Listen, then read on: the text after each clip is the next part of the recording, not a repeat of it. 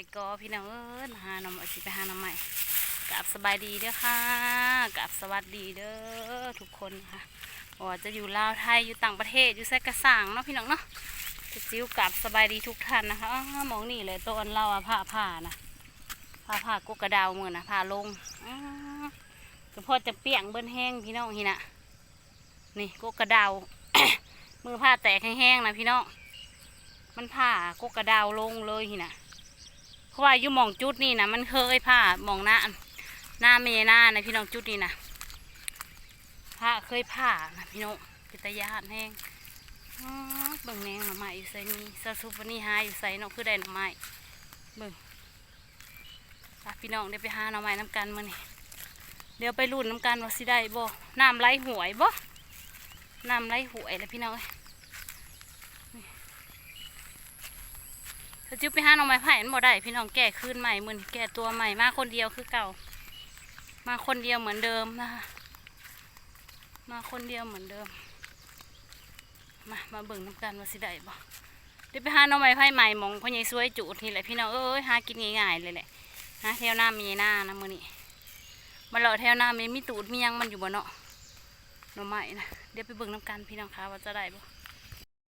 สิเอาได้บ่บ่ได้ถือไม่ก็สั้นลิ้นพี่น้องตกลิ้นใต้ขลอได้นี่ลิ้นสั้นแหงตะกี้มันหกแถวนี่นะเฮ็ดปัวก็ออกนะพี่น้องเขาก็เอาได้ซ้ำที่เขาจะเอาได้น้องพี่น้องเนาะดินะแหนงหน่อไม้นะพี่น้องเห็นบ่แหนงหน่อไม้น้อยพี่น้องหน่อไม้ใหม่นะหน่อไม้กระซ่าพี่น้องนี่เขาก็เอาได้ซ้ำเขาเอาได้ตัวได้เขาเอาบ่ได้ก็บ่เอานะคะพี่น้องคะนี่แหนงหน่อไม้นะ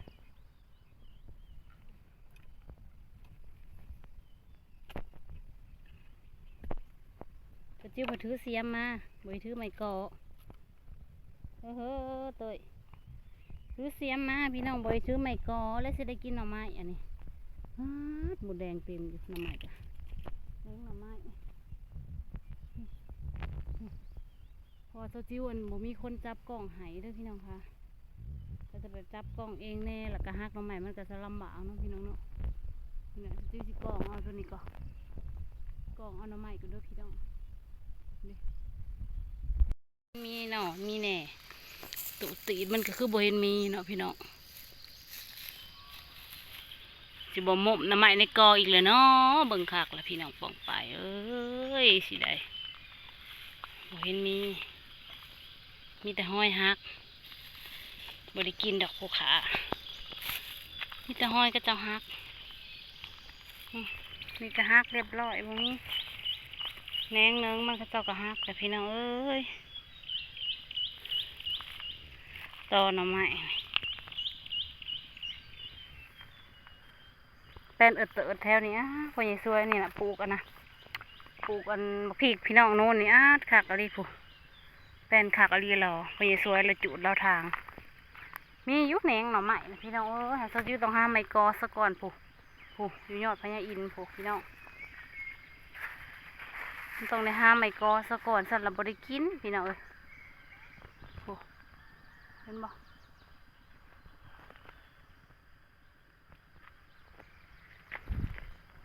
หน่อไม้อยู่ก็กับบริอึดได้พี่น้องปองไปหากอยากมาหาเตยอย่าพัวเด้ก็จะไปหาตูดหาหน่อเสาจิ้วพันมาหาแหนงหน่อไม้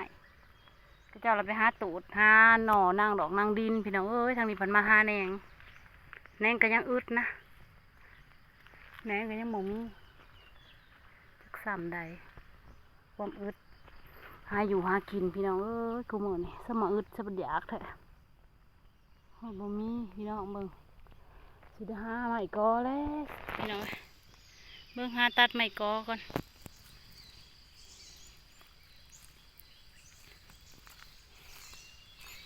เว้นมีหน่อไม้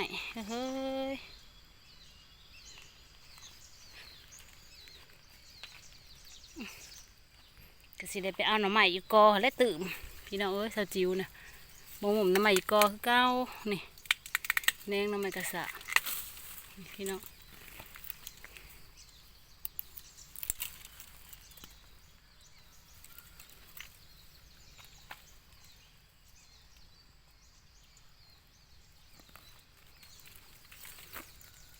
มีแต่ห้อยหัก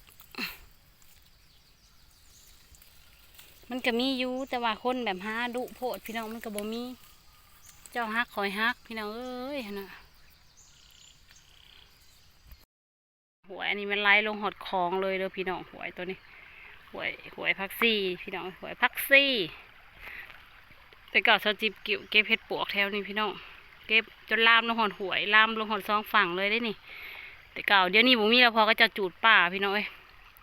ตะกี้มันหกเลยมันหกก็จะบริจูดป่าเลยมีเห็ดปวกนะเดี๋ยวนี้แล้วเราบริกินเป็นเติร์ดบดคูบอนพี่น้องบอนหากินเฮานี่เบิ่งนี่ก็จะจูดบดแล้วจูดป่าบดแล้วขันจูดแล้วเห็ดปวกเสื้อเห็ดปวกมันก็ตายบดแล้วโอ้ผักบ่วงงามมาเรียรอหิน่ะหาเก็บผักเก็บหญ้าพี่น้องเก็บผักบอกผักบ่วงมาลวกกินลงใส่หน่อบาทนี่ค่อยบ่มีทางลงพี่น่ะต้องไปลงผุนแล้ว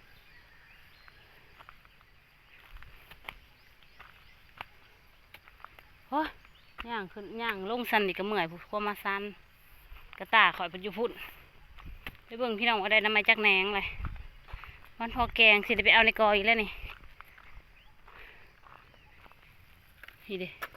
พี่น้องน้ำไม้กระสะนี่มันบอกพอแกงกับไปเอาในกออีกเนาะพี่น้องปวงป่ายเฮาจะจิ้วสิลงขามไปฝั่งนั่นพี่น้องเอ้ยมันสั้นแห้งอ่ะนะลงสิได้นอนนี่นะมันสิลงได้สบแต่เก่ามันคือบริสั้นปันนี่วะนี่นะนี่พี่น้องลงขามไปเบิ่งก่อนเป็นตะลายแถวะมันสั้นแถวพี่น้องว้ายลงนี่เขากับตะลายไหลลงเลยหรอแล้วนี่โพดโพวสั้นพี่น้องบอกไปลงนี่ก็ตะเลือดลงคอหักหมดแล้วขอกับบลงเลยเนาะนะขอก็สิไปหาทางพุ่นแหละพี่น้องไปหาเบิ่งกอทางพุ่นแหละปะพี่น้องบลงพอจะจิ้วยานอันตรายตกลงหันนะบ่คุ้มได้พี่น้องซ้ำน้ำใหม่นะเฮ้ยตกลงหันบ่คุ้มค่าเลยมันก็มีอยู่แต่ว่าแบบมันสูงหมดเลยพี่น้องมัน คือมันขึ้นแบบนั้นนะเฮากับบ่สามารถเอามันได้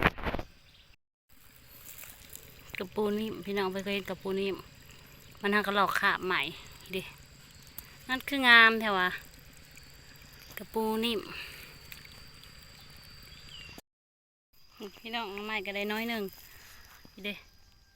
ได้ลำกระพุกพร้อมพี่น้องดิใครเนี่ยเคยกินแกงหน่อไม้ใส่ลำกระพุกพี่น้องคอมเมนต์บอกนี่เด้อค่ะพี่น้องคะนี่คือลำกระพุกกินได้นะคะพี่น้องคะจิ๋วก็สิได้ขึ้นเมื่อแล้วนะพี่น้องหาหน่อไม้ก็พอได้แกงนะคะได้บัวลายพี่น้องเอ้ยหน่อไม้ก็มันบ่ออกมันเอ้าลีมือนี่นะโบแดดแต่ว่ามันเอ้าพี่น้องเจ้าเด็กๆรับเลยโบจักโอเคแล้วพี่น้องเอ้ยหน่อไม้ก็ได้พ่อแกงพี่น้องคะสำหรับหาหน่อไม้มือนี่ก็พ่อได้แกงเด้อพี่น้องบ่ได้ไม้อ้อยไฟคือมือนั่นเด้อพี่น้องเอ้ยพ่อได้แหนงได้เนื้อได้หน่อยเนี่ยมันน้อยนิดหนึ่งพี่น้องโอเคละสำหรับมาหนิจิ๋วก็ขอจบคลิปไว้สำนีสก่อนเด้อพี่น้องฝากกดไลค์กดแชร์กดติดตามในเด้อจ้า